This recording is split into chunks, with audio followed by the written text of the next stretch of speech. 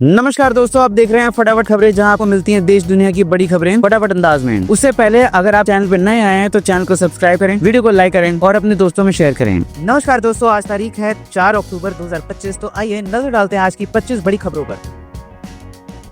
दिल्ली सरकार के पूर्व मंत्री और आम आदमी पार्टी के दिल्ली प्रदेश अध्यक्ष सौरभ भारद्वाज ने नई दिल्ली रेलवे स्टेशन पर बेहतर स्वच्छता व्यवस्था की सराहना करते हुए केंद्र रेल मंत्री अश्विनी वैष्णव की प्रशंसा की। सौरभ भारद्वाज, जो आमतौर पर रेलवे की आलोचना करते हैं, नई दिल्ली रेलवे स्टेशन पर सफाई व्यवस्था देखकर खुशी जाहिर की है। उन्होंने कहा है कि जब अच्छा कार्य हो रहा है तो प्रशंसा भी होनी चाहिए। सरकार ने रिकॉर्ड 550 कपास खरीद केंद्र शुरू किए। 11 राज्यों के किसानों को मिलेगा लाभ। सरकार ने देश के राज्यों में अब तक के सबसे अधिक 550 कपास खरीद केंद्र को शुरू किया है। इन्हें भारत के कपास उत्पादन क्षेत्रों में स्थापित किया जाएगा, जिससे किसानों को पैदावार बेचने में मुश्किलों का सामना न करना पड़े। क्षेत्रीय फसल की तैयारी के साथ खरीद को रेखांकित करने के लिए उत्तरी क्षेत्र पंजाब, हरियाणा, राजस्थान में 1 अक्टूबर से, मध्य क्षेत्र गुजरात, महाराष्ट्र, मध्य प्रदेश, ओडिशा में 15 अक्टूबर से और दक्षिणी क्षेत्र तेलंगाना, आंध्र प्रदेश, कर्नाटक, तमिलनाडु में 21 अक्टूबर से कपास खरीद अभियान शुरू किया जाएगा। तेल व्यापार पर भारत के फैसले का पुतिन ने किया समर्थन। कहा, मोदी राष्ट्रहित में सोचने वाले नेता हैं। रूस के राष्ट्रपति व्लादिमीर पुतिन ने भारत के तेल व्यापारी जारी रखने के फैसले का जोरदार समर्थन किया है। उन्होंने प्रधानमंत्री नरेंद्र मोदी की सराहना करते हुए उन्हें संतुलित और समझदार नेता बताया और अमेरिका पर निशाना साधा, जिसने भारत पर रूस से तेल आयात रोकने का दबाव बनाया था। सोची में वल्दाई डिस्कशन क्लब को संबोधित करते हुए पुतिन ने कहा कि भारत द्वारा रूसी कच्चा तेल खरीदने का निर्णय राजनीतिक नहीं बल्कि पूरी तरह आर्थिक है। सरकार ने ई कचरे और कबाड़ की बिक्री से कमाए 3,296 करोड़ रुपए। डॉक्टर जितेंद्र सिंह ने कहा। केंद्रीय मंत्री डॉक्टर जितेंद्र सिंह ने बताया कि सरकार ने ई कचरे और कबाड़ की बिक्री से 3,296 करोड़ रुपए की कमाई की। पिछले 4 साल में सरकार ने 696 लाख वर्ग फुट से अधिक कार्यालय स्थान को साफ करके दोबारा इस्तेमाल में लाया है।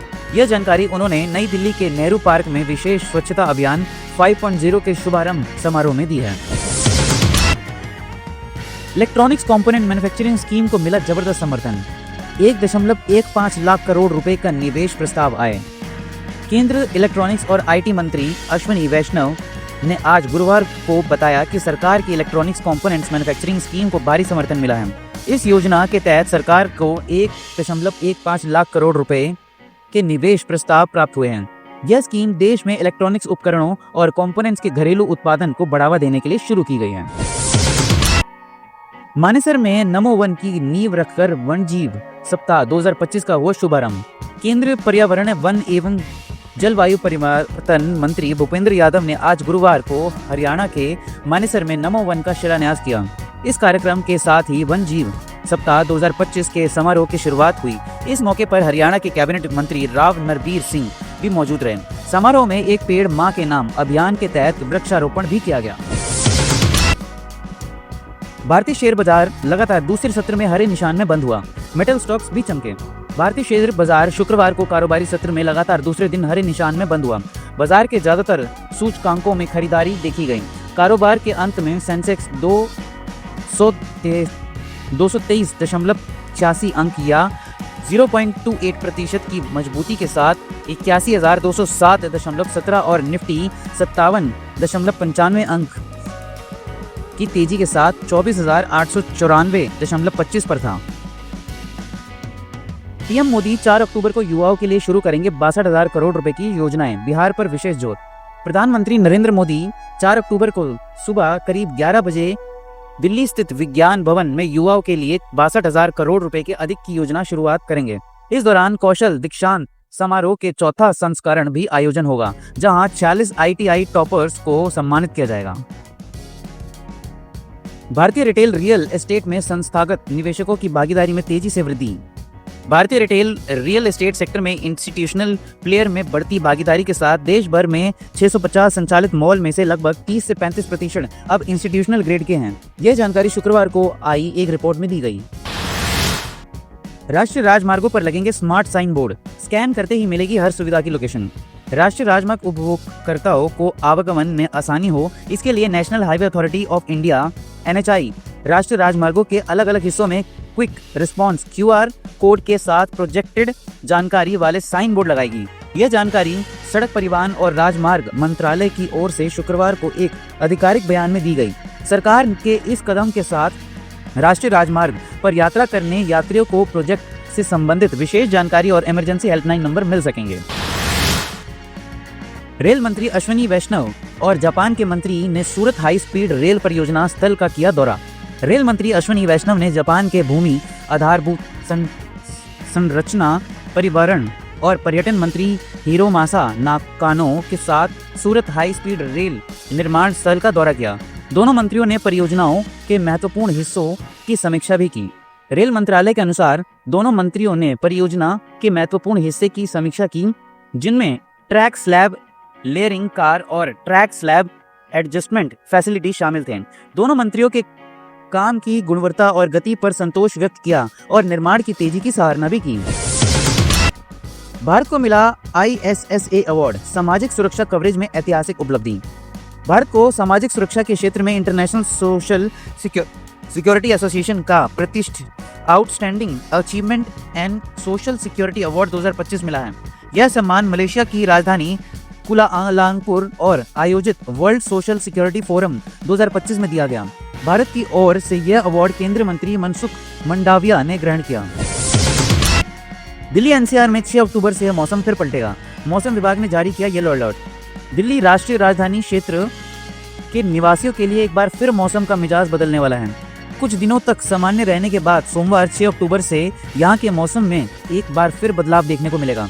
मौसम विभाग ने इस दिन के लिए येलो अलर्ट जारी किया और तेज बारिश और आंधी तूफान की चेतावनी भी जारी कर दी है। GST 2.0 ने बढ़ाई खरीदारी की क्षमता, निवेश और व्यापार में हुआ सुधार। 15वीं फाइनेंस कमीशन के चेयरमैन और अर्थशास्त्री NK सिंह ने शुक्रवार को कहा कि GST सुधार से देश के आम नागरिकों को मिली बड़ी राहत, जिससे परचेजिंग पावर बढ़ी और साथ ही व्यापार में आसानी को बढ़ावा मिला। राष्ट्रीय राजधानी में कौटिल्य इकोनॉमिक कॉन्क्लेव 2025 के साइड लाइन में मीडिया से बातचीत करते हुए NK सिंह ने कहा, GST सुधार का असर दिखने लगा है। इससे परचेजिंग पावर बढ़ी है और आम आदमी की राहत मिली है। डेयरी ग्रामीण अर्थव्यवस्था को मजबूत आधार।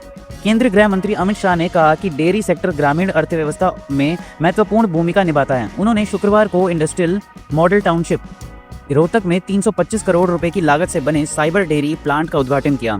यह डेयरी प्लांट देश के सबसे बड़ी दही, छाछ और योगर्ट उत्पादन सुविधा है। इसकी दैनिक क्षमता 150 मैट्रिक टन दही, 3 लाख लीटर छाछ, 10 लाख लीटर योगर्ट और 10 मैट्रिक टन मिठाई है। NCH को GST से जुड़ी 3,981 शिकायतें हुई प्राप्त। दूध की कीमतों को लेकर अभी भी ग्राहकों को गलतफहमी के शिकार हुए हैं। केंद्र सरकार के अनुसार राष्ट्रीय उपभोक्ता हेल्पलाइन को रिटेलर्स और ई-कॉमर्स प्लेटफॉर्म द्वारा GST 2.0 लागू करने की जुड़ी शिकायतें मिल रही हैं, जिनमें से अधिकांश शिकायतें दूध की कीमतों से जुड़ी हैं। इसके बाद इलेक्ट्रॉनिक सामान, LPG और पेट्रोल की कीमतों को लेकर शिकायतें प्राप्त की गई हैं। उपभोक्ताओं की शिकायत थी कि उन्हें GST रेट कट के बाद भी ताज़ा दूध पुरानी कीमतों पर मिल रहा है, जबकि कीमतें कम होनी चाहिए थीं। इस पर सेंट्रल कंज्यूमर प्रोटेक्शन अथॉरिटी ने उपभोक्ताओं की गलत धारणाओं को दूर करते हुए स्पष्ट किया है कि ताज़ा दूध पहले से ही GST के दायरे में नहीं आता है, जबकि हाल के GST दर सुधार में अल्ट्रा हाई टेम्परेचर दूध को भी GST से छूट कर दी गई है। RBI के चेक क्लियर को लेकर नई गाइडलाइन शुरू हुई है। चेक एक ही दिन में होगा क्लियर। नया नियम 4 अक्टूबर से होगा लागू। भारतीय रिजर्व बैंक की नई गाइडलाइन के मुताबिक 4 अक्टूबर से सभी बैंकों को एक ही दिन की अवधि में ही चेक क्लियर करना होगा। इससे चेक के जरिए भुगतान करना तीव्र और आसान हो जाएगा। मौजूदा समय में चेक को क्लियर करने होने में 2 से 3 दिन का समय लगता है। HDFC बैंक और ICICI बैंक समेत कई बैंकों ने 4 अक्टूबर से ही एक ही दिन में चेक क्लियर होने की जानकारी अपने ग्राहकों को दी है। नई व्यवस्था के तहत 4 अक्टूबर से जमा किए गए चेक उसी दिन ही कुछ ही घंटों में क्लियर हो जाएंगे। दोनों बैंकों ने ग्राहकों से चेक बाउंस होने से बचने के लिए पर्याप्त बैलेंस रखने और देरी या अस्वीकृति से बचने के लिए सभी चेक विवरण सही भरने का आग्रह किया है। आईफोन के लिए बेची किडनी, अब दूसरी हुई फेल। अब जिंदगी भर चुकानी होगी इसकी कीमत। चीन के एक युवक वांग शांगकुन ने गलती आज 14 साल बाद भी उसे सता रही है। जवानी में उसने एक ऐसी बड़ी भूल कर दी जिसकी खामियाजा वह पूरी जिंदगी भुगतेगा। वांग ने महज 17 साल की उम्र में एक बड़ी गलती की थी। आईफोन खरीदने के लिए बेची थी किडनी। साल 2011 में 17 साल के वांग ने आईफोन 14 के और आईपैड 2 खरीदने के लिए अपनी एक किडनी अवैध बाजार में बेच दी थी। इस किडनी के बदले उसे 20,000 युआन लगभग 2.5 लाख रुपए मिले थे। वांग को लगा था कि वह एक किडनी के सहारे आराम से जी लेगा, लेकिन अब जो हुआ है उसने वांग को हमेशा के लिए विकलांग बना दिया है। दिल्ली सरकार का बड़ा कदम, जन शिकायतें के निपटारे के लिए सीएम ने अधिकारियों को लेटेस्ट टेक्नोलॉजी से लैस करने के लिए दिया निर्देश। दिल्ली की मुख्यमंत्री रेखा गुप्ता ने शुक्रवार को सरकारी अधिकारियों को बेहतर शासन और कुशलतापूर्वक काम करने के लिए एक महत्वपूर्ण संदेश दिया। उन्होंने कहा है कि अधिकारियों को खुद को नवीनतम तकनीकों और प्रौद्योगिकी से लैस करना चाहिए ताकि वे लोगों की समस्या का संवेदनशील तरीके से समाधान कर सकें। मुख्यमंत्री गुप्ता ने यह बात राजस्व विभाग के तहसीलदारों और उप पंजीयकों के लिए दिल्ली में आयोजित 2 दिवसीय प्रशिक्षण कार्यक्रम को संबोधित करते हुए कही। पाकिस्तान के लिए अंतिम चेतावनी, आर्मी चीफ ने कहा आतंकवाद रोको या परिणाम भुगतो। भारतीय सेना प्रमुख जनरल उपेंद्र द्विवेदी ने पाकिस्तान को कड़ी चेतावनी दी है। उन्होंने राजस्थान के अनूपगढ़ में सैनिकों को संबोधित करते हुए कहा कि इस बार भारत ऑपरेशन सिंदूर 1.0 जैसे संयम नहीं दिखाएगा।